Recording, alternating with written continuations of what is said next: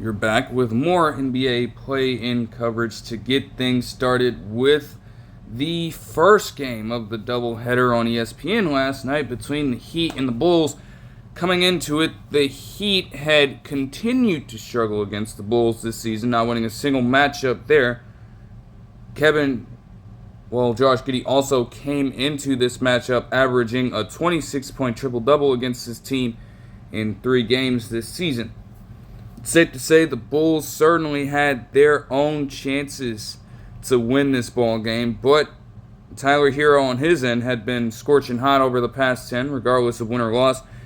Hyper-efficient shooting for him and just an absurd amount of points per game, even exceeding his season average. So, something was going to reign true for at least one team here in terms of their superstar players being able to rise up in the moment. Like I stated, it was going to come down to spacing the floor for both teams, as some of their stretched wings needed to truly display their talents, or otherwise things would get out of hand. Safe to say that the Heat would get that going all around. They ran a damn near perfect game plan to start things out. Literally, after going up 6-5 in the very early portion of the first quarter, they went on an overall 65-42 run leading into halftime, where they would be up 71-47, giving themselves their largest halftime lead of the season by far. Now, how they got there? A variety of different things happened. For one, off the gates, Tyler Herro got hot. Very hot. Regardless of who was guarding him. They tried throwing Kevin Herter at him, and immediately he went to work getting a couple easy layups to go. He was contributing off of the pick and rolls, finding the right guys, rolling in the paint like Khalil Ware and Bam Adebayo, getting those to go, facilitating relatively well with other individuals also, and then it was just automatic. He couldn't miss a shot. Mid-range, step back 3, isolation. He was just having his way. And again, you have Herter getting thrown at him. Giddey was guarding him. White was guarding him sometimes. Like, everybody in the starting 5 had a chance to go at him. Bizelis was on him for a little bit. Patrick Williams was on him for a little bit, and that meant absolutely nothing to him. He still did his thing.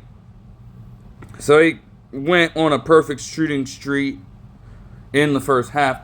And then Andrew Wiggins also was able to put up a double-digit first quarter as well, stringing together 10 points of his own.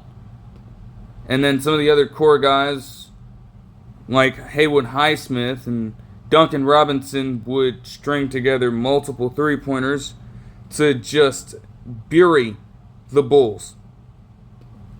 Because on the Bulls side, man, again, all that defense,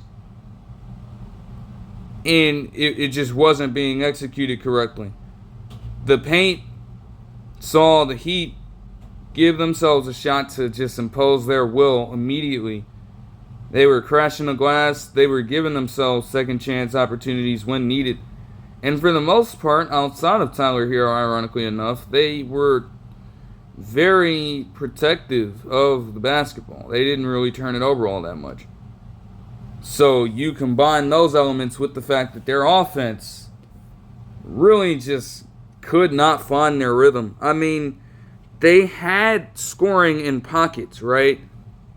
You would see the Heat go up big in the very first quarter, and they would go on a little bit of a run with Josh Giddey stringing together a few buckets due to the matchups that he had on him, because naturally you wouldn't have Davion Mitchell taking on that assignment all the time, so he's able to pick on weak defense on the Heat side at points. And then Matas Buzelis at multiple points in this ball game provided a sort of spark plug that in any other circumstance probably would have given the Bulls a sign of life. I mean, he hit the buzzer beater with just around a second left before he got the ball out of his hands to give the Bulls a little bit of momentum heading into the second quarter that they absolutely didn't take advantage of at all. And he opened up the second quarter with a couple of buckets on his own.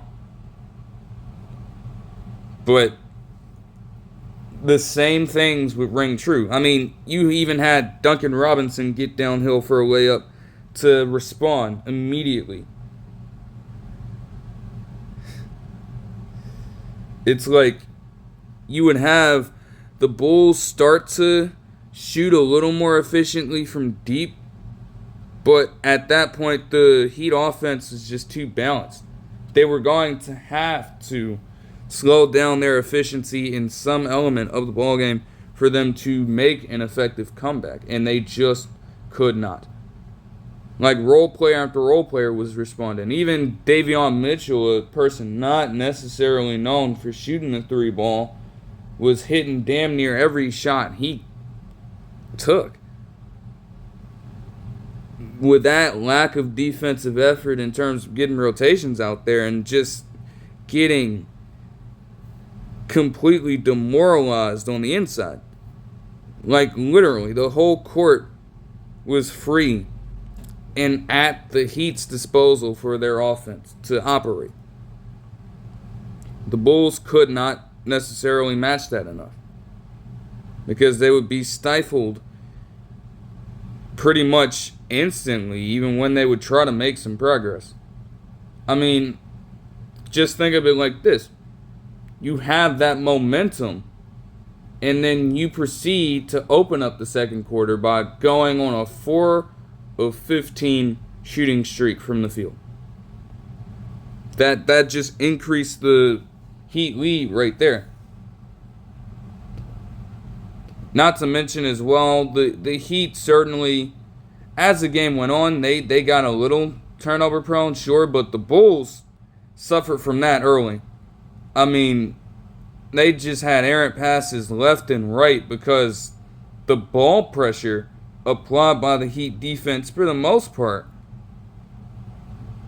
it is unlike anything they had really seen for most of the season, even when they faced off against them.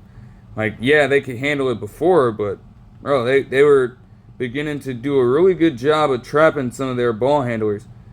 And, again, as I mentioned, bro, like, you want guys like Kevin Herter and Patrick Williams, for example, to be handling the ball. Not necessarily the wisest courses of action. And then with Kobe White getting a lot of the focus as a primary scorer, they would pressure him relentlessly. And they forced him to make bad decision after bad decision.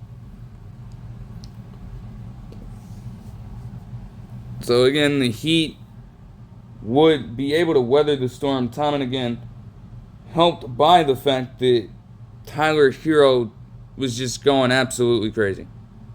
I mean, before the half even kicked in, he literally would hit another crazy fucking step back shot to finish a half that saw him string together a tied record for the most consecutive makes to open a game in his career.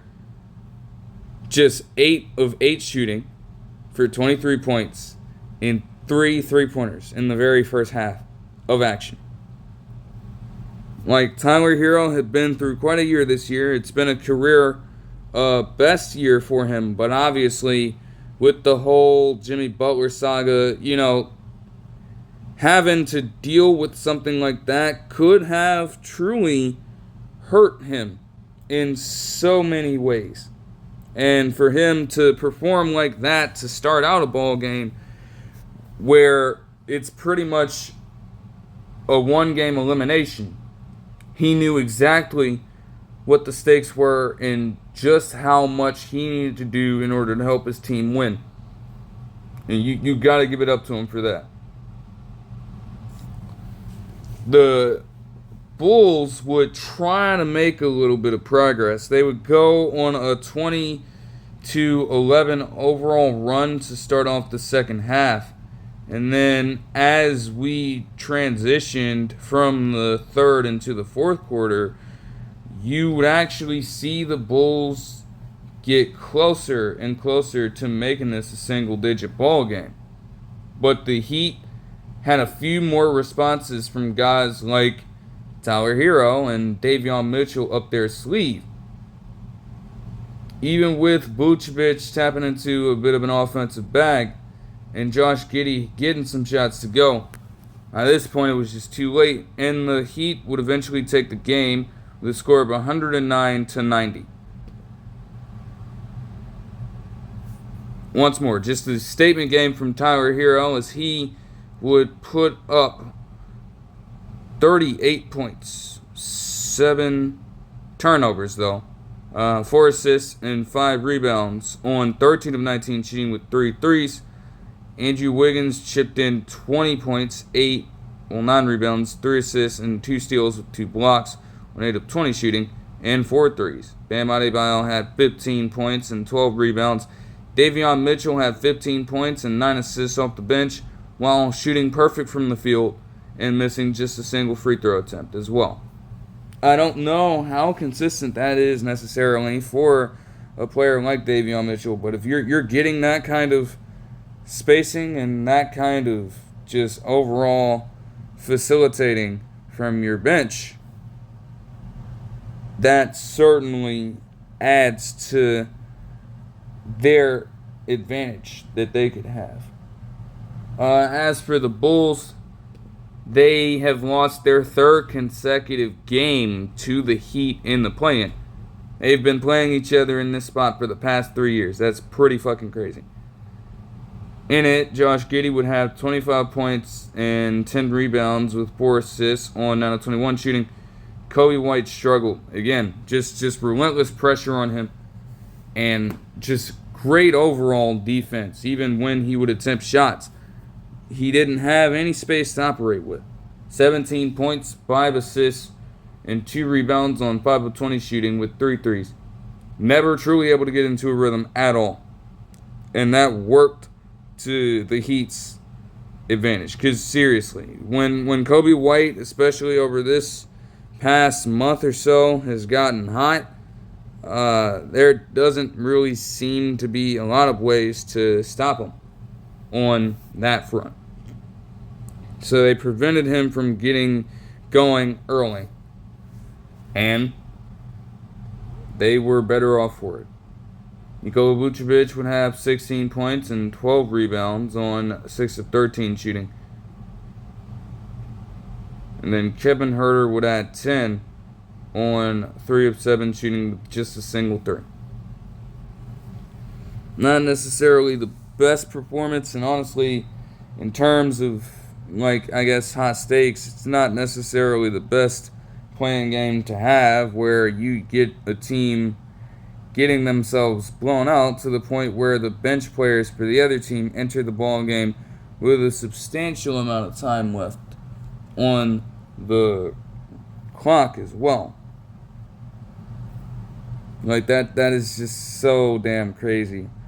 And it's just I don't think when you look at the Bulls, man,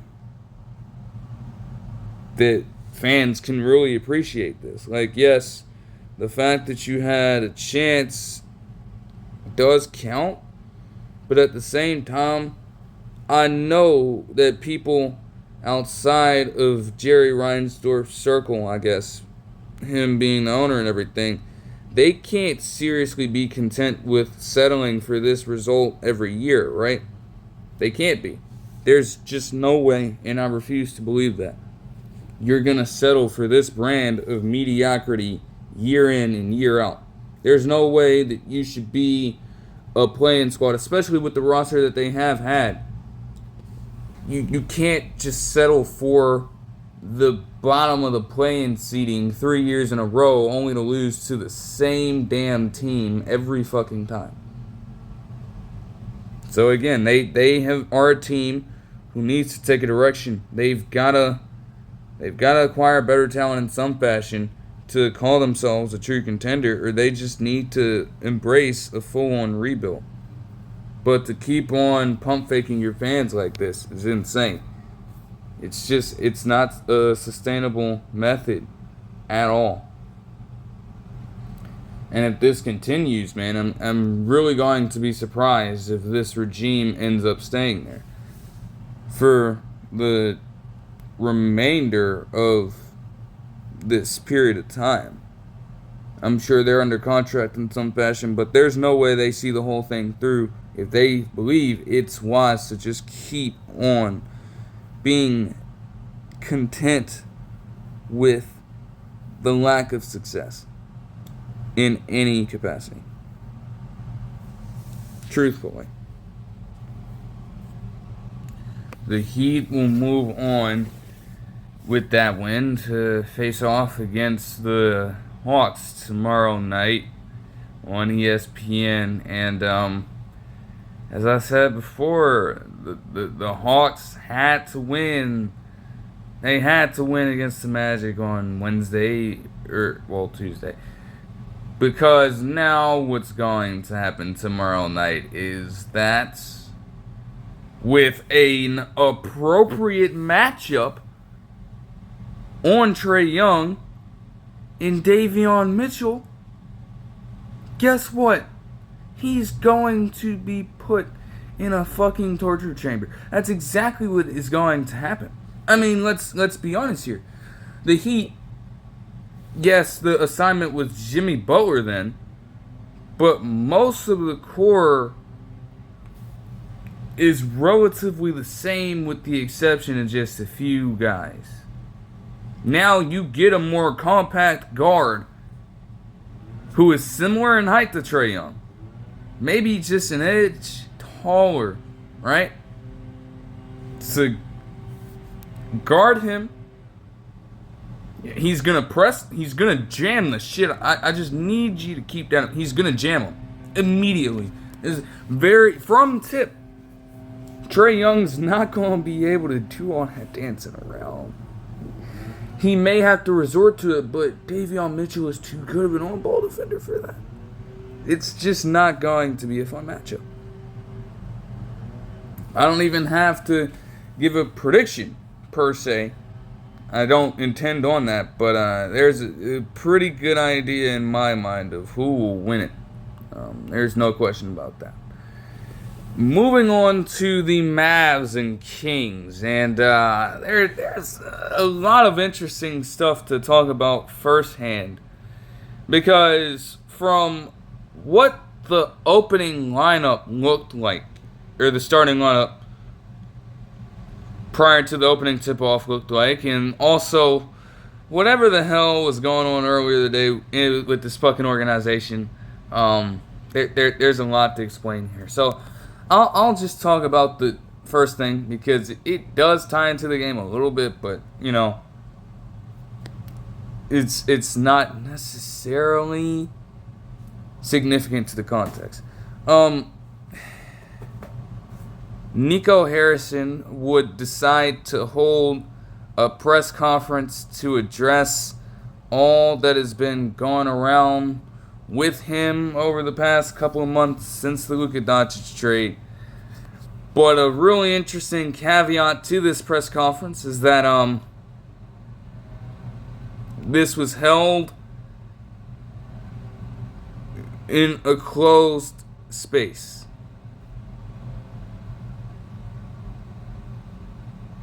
The reporters who asked these questions were handpicked. There were no cameras whatsoever.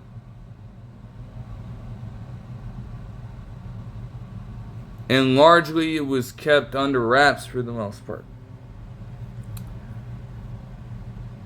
Do you know how much of a fucking coward you have to be to do that shit? Legitimately.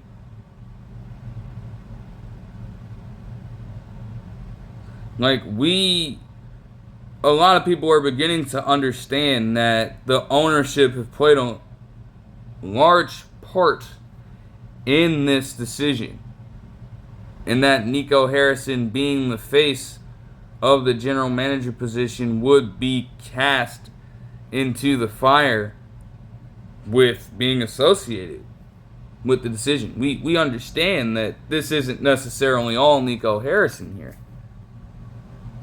Though, again, it's definitely fun to just, I guess, chant fire Nico every now and then, right? But the thing with Nico Harrison is that he's just hurt himself time and again in the months following this goddamn trade with stupid ass comments and shit. It went from trying to justify the damn trade by saying a lot of the other general stuff. Yes, the defense wins championships thing is one aspect of it, but this man also just kept taking fucking shots at Luka, talking about he's fat, this, and he's not necessarily doing what we're asking him to do, or some shit like that. Just weird fucking shots that were pretty irrelevant to what the hell he was doing for you every single night on the NBA court. And then getting to the damn NBA Finals the very last season, not even a full year ago. But you wanted to make up shit. Now we're at the point where one of the quotes he stated during this interview was talking about essentially that he had no fucking regrets. And while I guess you can't necessarily say that you regret it out loud, obviously this is being conducted before a game in which if you win it, you at least keep your season alive, and if you lose it, your season is as good as done. Everything is on the line. So you've got to rally behind the players, especially some of those who will step on the NBA court and play. I mean, obviously, just a few months back, some of these guys like Najee Marshall, for example, were not even Dallas Mavericks. Anthony Davis is quite literally in the biggest game of this particular season with this team so far. Naturally, you've got to rally around him and hope that he comes through. You know, it would be pretty fucked up shit to say that you just regret everything about that trade in the heat of the moment. But at the same time, I'm like, damn, just straight up nothing to regret about it at all.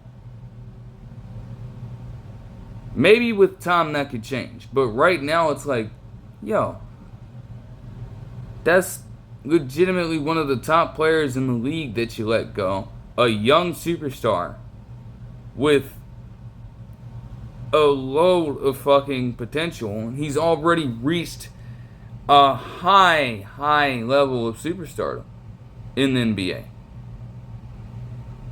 And again, for a litany of reasons that just aren't particularly understood or even reasonable to state, he's out of there just like that.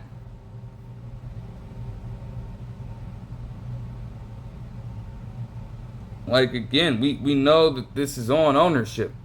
But at the same time, by trying to justify it and cover up for your bullshit, and by trying to continuously just avoid facing the music, it is ridiculous. From making all those comments and then trying to have Jason Kidd there, being forced to just side with you in that moment, talking about y'all were on the same page. No, the hell he wasn't on the same page. In the interview immediately following that trade, definitely did not fucking suggest that they were. You can tell. I think that people are still in a situation where they're facing all these bans and shit for just saying fire Nico. And it's like, what? It's a free country, bro. They can say whatever they please. Now, when we get into the death threats that he was facing and shit like that, that takes it too far. But something as simple as that chant is causing people to get banned because you're sensitive and you're so fucking insecure about the decision that you made that you can't take the criticism. You gotta remove all of that out and keep in the fan base or parts of the fan base, people in the fan base who don't even necessarily know you and who'll just smile and sit in the stands like this shit is okay. It's not okay. And especially with how everything progressed. I mean, bro, it was a fucking avalanche of just terrible thing after terrible thing going on with the damn team immediately after the fucking trade. What the hell did you expect them to do? You expect them to just sit in the Mavericks arena like fucking robots? You expect them to sit in the American Airlines Center like robots and just mindlessly consume basketball game like superstar player didn't get moved at trade deadline, prior to trade deadline, for pretty much, in the eyes of the fan base, scraps. Like, yes, we're talking about a guy in Anthony Davis that is still a legitimately good basketball player and on the Hall of Fame trajectory, but he's clearly no Luka Doncic in this moment. As I stated in the video that I discussed this trade in, like, literally, he is still an international superstar, and that's being realized times 100 now that he is in one of the largest markets, if not the largest market in the country. You just handed him over to that squad.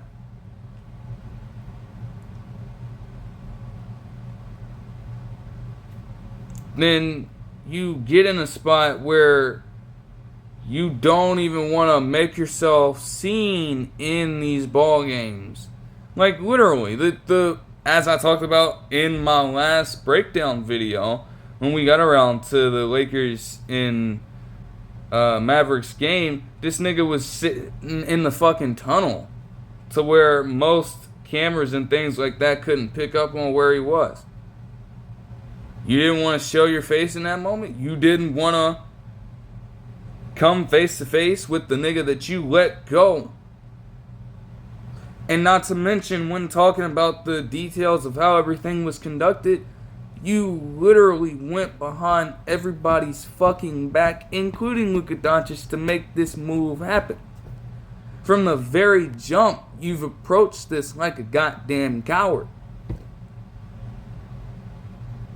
And I guess it's just a reflection on us, maybe, that if he's been consistent in doing this, that we shouldn't expect anything less from Nico Harrison at this point. But at some point, you gotta stop fucking running. You have to. It's just not, it's not acceptable.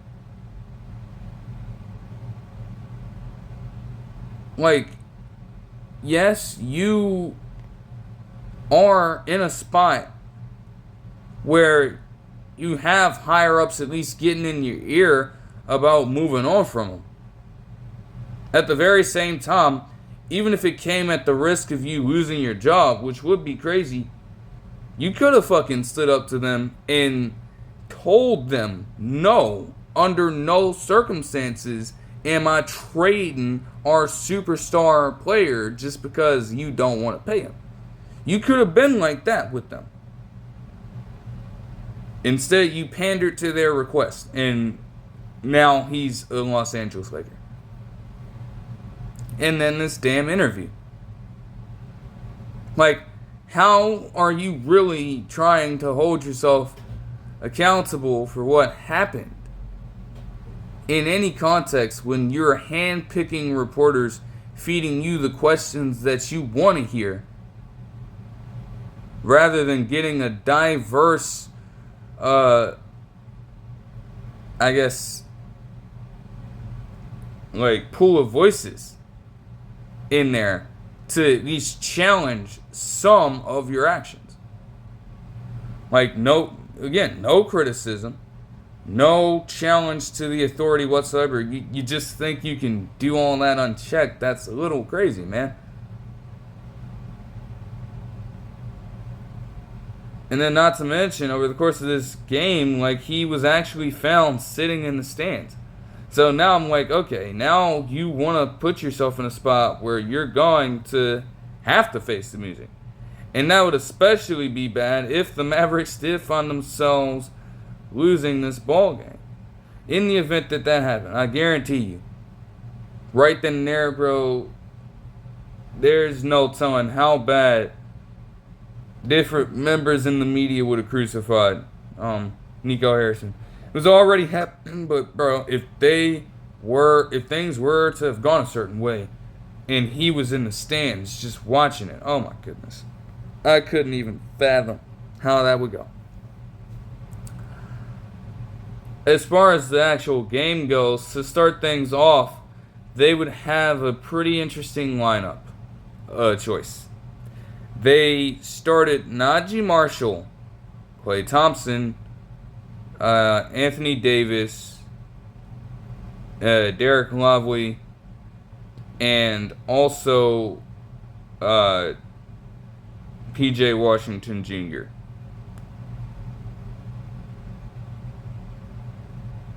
Keep in mind that their point guard in this ball game was technically going to be Najee Marshall.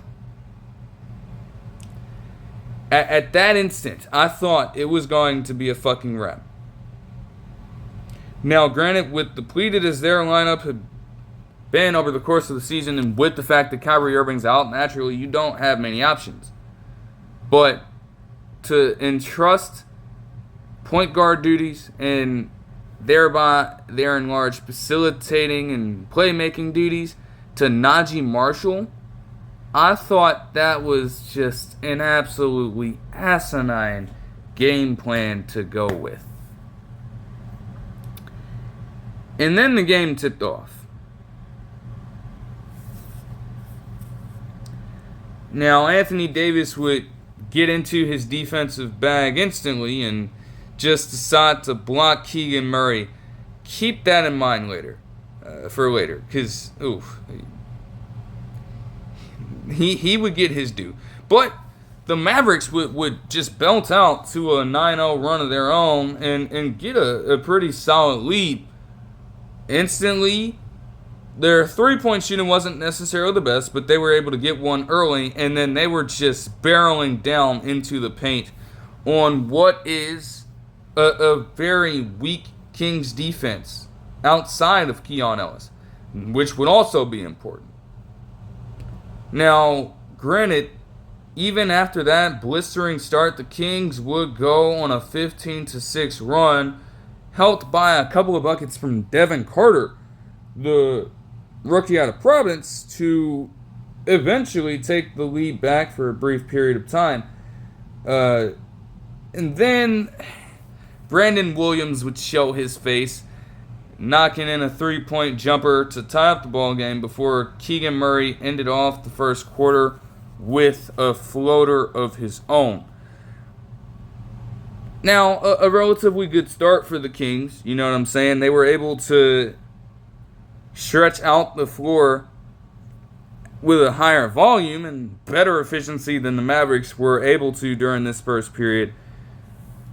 Their interior defense left a little to be desired, but they were able to get some timely stops in. And then their rebounding, they were able to have a slight advantage in the glass, and ultimately, with it being a 2-point ball game at that point, that made all the difference. Now, let's be... I'll preface this by saying that, one, Anthony Davis had briefly went down for a little bit, but he was able to come back afterwards. Even then, though, both him and Sabonis, yes. Both of them were struggling to start up the ball game. After a point, Anthony Davis had just 4 points on 2 of 9 shooting from the field, and Domantas Sabonis couldn't get much of anything going himself, which remained relatively true throughout the rest of the game for him. I mean, bro, for a person that can do a good amount of what Jokic does, though not necessarily on the same level, he struggled in every facet. He couldn't get anything going around the rim. Credit to Daniel Gafford, honestly, who had a primary assignment on him, as well as Derek Lively II, and just overall interior defense for the Mavericks being able to hold it down. They trapped him on numerous occasions and just sent blitz after blitz to pressure him into making stupid decisions. He made really errant passes. Rare for a player who can facilitate as well as he does. And then rebounding once more, the Mavericks were able to take that advantage over and then some for the rest of the game. Starting in the second quarter.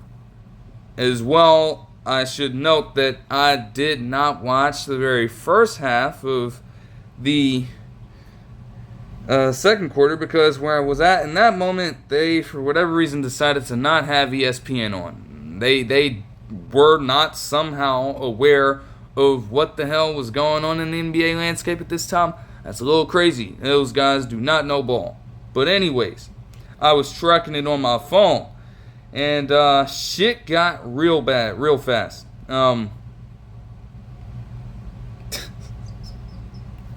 Brandon Williams hit back-to-back fucking three-point jumpers, forcing the Kings to take a timeout. And despite a response from Keon Ellis, Klay Thompson would heat the hell up in the second quarter.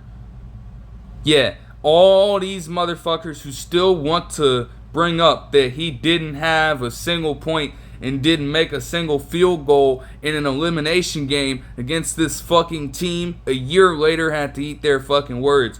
Because over the course of the entire second quarter, after attempting just one shot in the first quarter, he went fucking crazy. And I'll detail just how crazy he went in a second. Anthony Davis, too, would finally begin to stick it to his old-time, his old rival and Domantas Sabonis being able to actually block one of his shot attempts. And then at some point later on in this second quarter, hitting back-to-back three-pointers to get himself up and scoring. You had Najee Marshall doing a relatively good job of protecting the ball and funneling it over to other individuals who had at least another pass or so to make and create an open shot, which more often than not ended up working out for the Mavericks. Like, they just had their way all around. No wonder, though, when you look at it, no wonder it was easy for them to do, because at this point, Keon Ellis already had 3 fouls.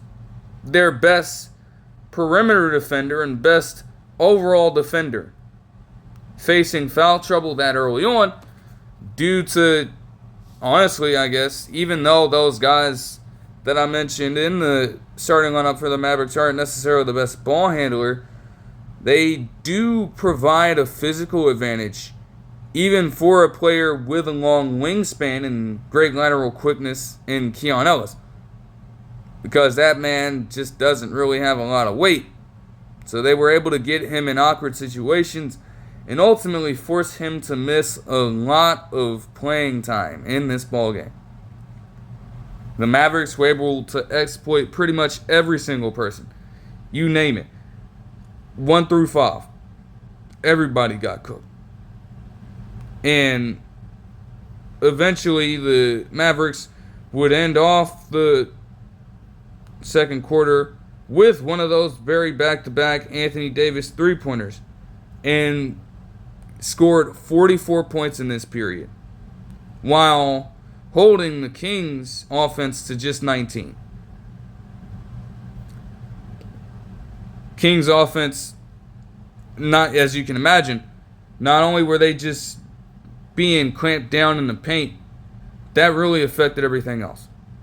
They just could not, with their relentless pressure on the defensive side of the ball, truly give themselves space to operate.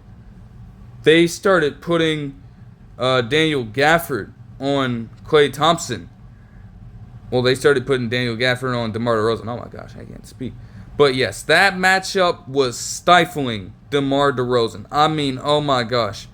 Like, that man just got in his head, bro. DeMar DeRozan couldn't do a fucking thing against him. He tried to do all of that shit in the mid-range and then try to fake that getting into the paint, and Daniel Gafford told him to get his bitch ass out. Multiple points in this game saw him pack the shit out of him. He stood no chance. And that was just a microcosm for how everyone else was being affected too. Because it not only was DeMar DeRozan being stifled, not only was Sabonis heavily struggling, but Zach LaVine too couldn't get any shots to drop either. Even some routine layups for him were so difficult to make for some reason. Just gimmies missing. And when you're in that kind of a funk, naturally you would need to string together a few effective possessions to get you out of it. And it seemed like the Kings were able to find that, but by that point it was too late. Now the Mavericks would have the lead to open up the second half, and in this second quarter, Klay Thompson shot perfect from the field while accruing 16 points in that stretch. The third quarter would see a little fight from the Kings later on in the quarter, but the Mavericks every time had a response ready to go. Like, they went up, the Mavericks, by as much as 26 points.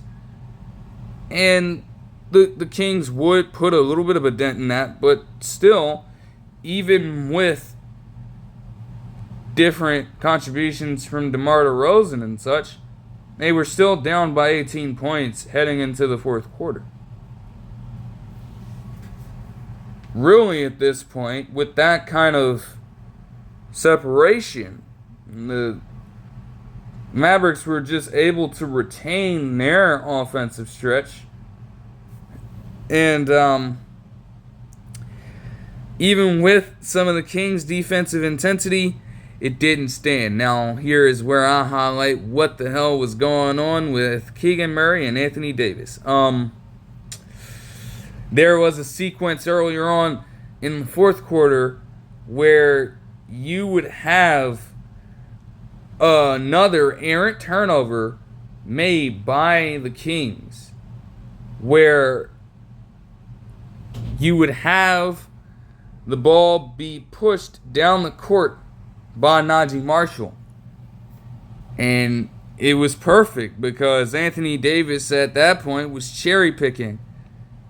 So he could afford to just take things a little lackadaisically. And what would end up happening next is that on a simple layup attempt, Keegan Murray would just stop him in his tracks. He blocked him off the glass. And then Keegan Murray once more would get Anthony Davis again. This time, Anthony Davis tried to get a little more physical with him, and Keegan Murray still decided to just pack the hell out of him. Now, the fact that Keegan Murray had been doing that to him that consistently raised a question for me. Why wouldn't they give Keegan Murray that assignment earlier on in the ball game if he was going to keep up that kind of defensive intensity earlier? They could have used that, especially during that stretch in the second quarter. Like, if you're going to struggle shooting like that, at the very least, you could afford to try to impose that same kind of effect on the Mavericks at that time. Make them play your brand of basketball. Don't let them do what they ended up doing for that entire quarter. You got to make things physically difficult for them to manage.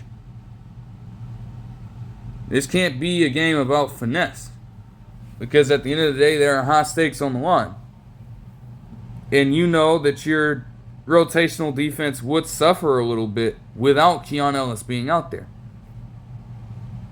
So an adjustment to shift Murray onto Davis would have been excellent there. But again, a decision that they ended up making way too late. Even if that's a very small sample size. It was working, clearly. Both teams would stall out for quite a while, and you even saw Doug McDermott, for whatever reason, get in and get some burn, up until the Kings would respond with a three of their own, and then Daniel Gafford would pretty much just drive the dagger down into the hearts of all of the fucking Kings fans. This game was played in Sacramento, by the way, with a fucking just monster dunk over Domantas Sabonis. And that effectively ended the ball game. No doubt about it. Both teams just went into garbage time mode. Not really much to comment on there. The Mavericks would end up winning with a score of 120 to 106 to move on to the winners. They will end up facing off against the Grizzlies tomorrow night. And, I guess they do have a shot. I mean, obviously, the Grizzlies have given them trouble. At the same time, their last matchup did see the Grizzlies face off against a Mavericks team that was still depleted. They didn't have Daniel Gafford at the time. They didn't have Derek Lively II at the time. They obviously didn't have AD at the time. And they had Najee Marshall leading the way. So you never really know. Anything is certainly possible with that. Also, though, as far as scoring goes, you would have Anthony Davis, despite a rough start, turn things up with 27 points and 9 rebounds with 3 blocks. Good defensive presence. His shooting was not the best at all. The fact that he was 50% from deep, but just 6 of 17 inside the paint is pretty fucking terrible, if I do say so myself. Like, this was a variety of shots that he had as well. It wasn't just necessarily one shot that he couldn't have. It got so bad early that they were daring him to shoot fucking elbow jumpers and mid-range shots that he absolutely couldn't hit. He had to just settle for multiple layups. But he was able to overcome it, though. Klay Thompson would finish the game with 23 points and 5 rebounds on 8 of 11 shooting with 5 threes. P.J. Washington Jr. and Brandon Williams, coming off the bench, would each have 17 points, while P.J. Washington Jr. contributed 9 rebounds and 4 assists with 2 steals, and Brandon Williams contributed 5 assists to go along with that without a single turnover. Dante Exum also shot perfect from the field in 2025 and scored 11 points. Like, okay. I guess he really is rejuvenated. As for the Kings, yeah. Your season is now over. For the scores in this one, DeMar DeRozan would finish with 33 points and 7 rebounds on 13 of 28 shooting. Zach LaVine would finish with 20 points and 9 assists with 5 turnovers on 8 of 19 shooting. Domantas Sabonis would have 11 points, 13 rebounds, and 5 assists with 5 turnovers on 5 of 13 shooting. I mean, the Kings, they need to find a lot, and I mean a lot of defensive help.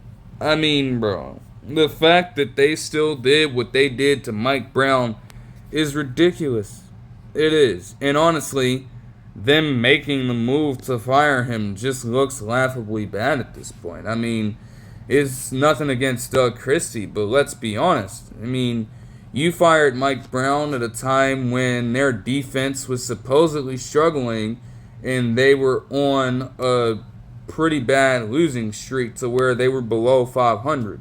You fired him at that point with those problems in play. So what do you proceed to do after that? You hire or promote Doug Christie and find a little bit of immediate success.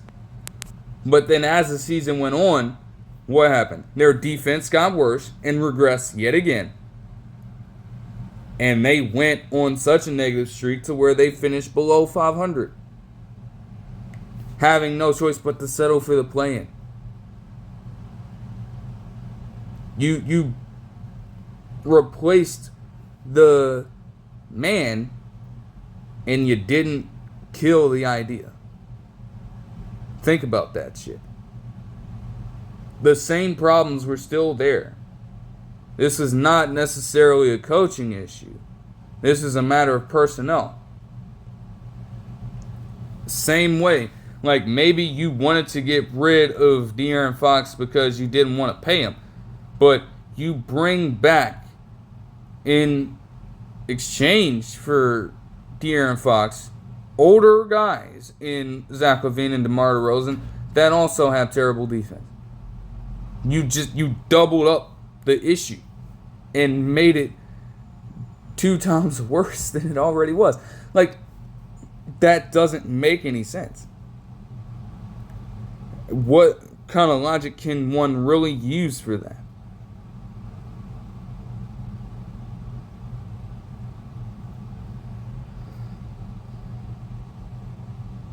So they've got some shit to figure out, man.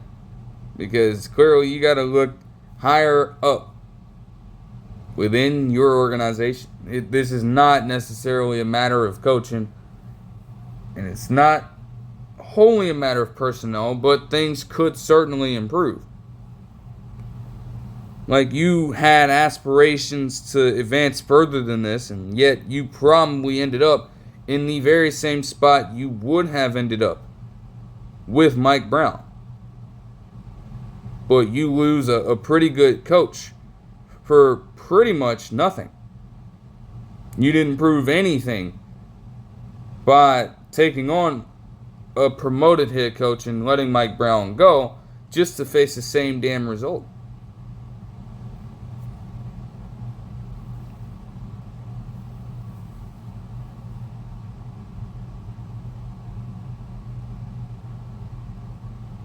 Could definitely be a rough stretch for him, because with where they're at, they aren't bad enough to get a lottery pick, I don't believe.